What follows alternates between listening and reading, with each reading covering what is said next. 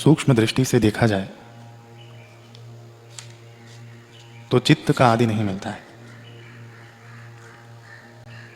कर्म से चित्त बनता है, चित्त से कर्म होता है और दोनों से शरीर होता है। शरीर में दोनों रहते हैं। ऐसी स्थिति में चित्त, कर्म, शरीर की परंपरा अनादि है।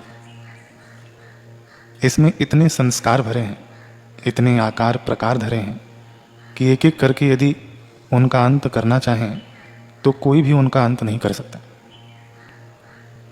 अच्छे से भी गहराई में बुरे हैं तो बुरे से भी गहराई में अच्छे हैं। अर्थात अच्छे व्यक्ति के चित्त में भी बुरे विचार आते हैं और बुरे व्यक्ति के चित्त में भी अच्छे विचार आते हैं। कौन कब प्रकट हो जाए इसका नियम नहीं है, क्रम नहीं है।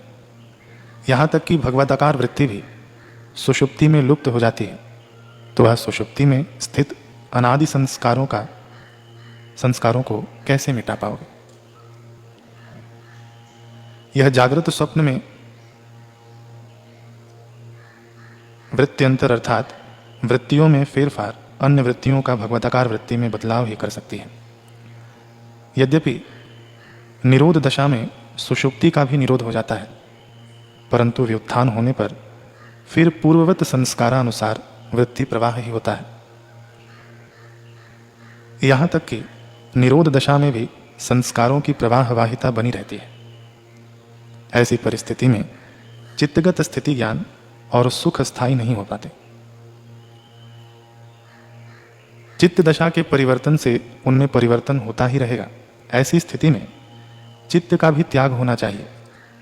साधारण मुमुक्षुओं के लिए देहाभिमान का त्याग ही कठिन है। चित्त का त्याग तो नितांत असंभव है। विषय एवं चित्त घुल मिलकर ऐसे एक हो गए हैं जैसे दूध और पानी।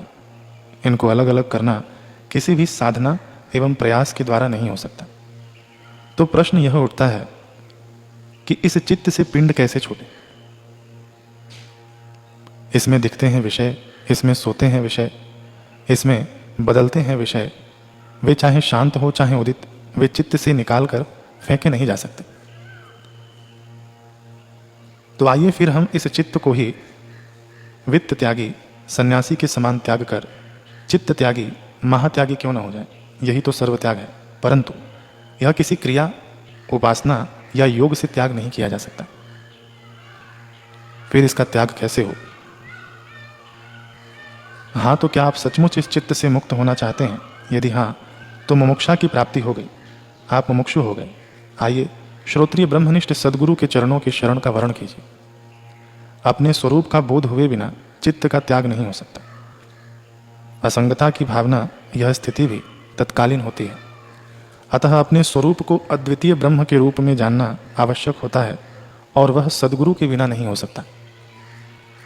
सद्गुरु ही ऐसे वैद्य हैं जो इस रोग से छुटकारा दिला सकते हैं।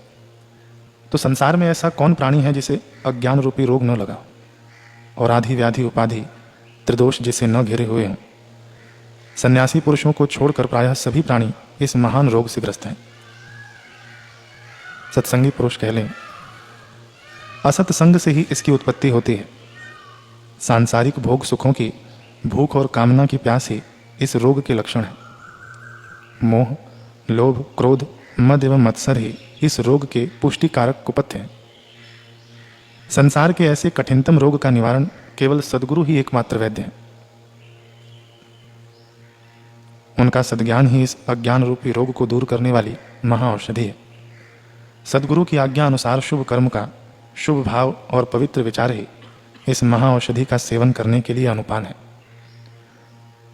रोगी में शक्ति लाने के लिए निष्काम सेवा ही सत्पथ्य है।